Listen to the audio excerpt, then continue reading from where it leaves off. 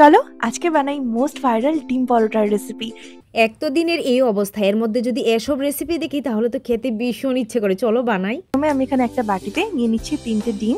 এখানে আমি 2টা ডিমেরই ব্যবস্থা করতে পেরেছি। পেঁয়াজ কুচি দিয়ে দেবো, একটু ক্যাপসিকাম কুচি, একটু কাঁচা লঙ্কা কুচি, ধনেপাতা কুচি। আশা করি 2টা ডিম দিয়ে আমার পেটটা ভরে যাবে। সবগুলি সবজি দিয়ে উপস্থিত অনুযায়ী দিয়ে দেবো ধনেপাতা, লবণ, চিলি ফ্লেক্স দিয়ে মিশিয়ে নেব। একটু তেল লাগিয়ে নেব, তার উপর থেকে একটু ময়দা ছিটিয়ে এবার এটাকে আমি চারদিক থেকে ভাঁজ করে এইভাবে স্কোয়ার শেপে মুড়ে নেব। এইবার তো ফেসে গেছি, আগে রুটিটা বানাইনি, তারপর কিন্তু রুটিটা তাড়াতাড়ি করে বানিয়ে নিয়ে এইভাবে বটে বটে আমি আবারও বেলে নিয়েছি। এভাবে কিন্তু বেলে নিতে হবে, তারপরই কিন্তু বাকি কাজ। তার মধ্যে এই রুটিটাকে ভালো করে ডুবিয়ে একটা ফ্রাই প্যানে অল্প একটু তেল গরম করে এটাকে ফ্রাই করব। আমি কিন্তু রেসিপির শেষ পর্যায়ে চলে এসেছি। এবার ডিমের গোলায় রুটিটাকে ভালো করে চুবিয়ে নিয়ে এভাবে ভেজে নিতে হবে।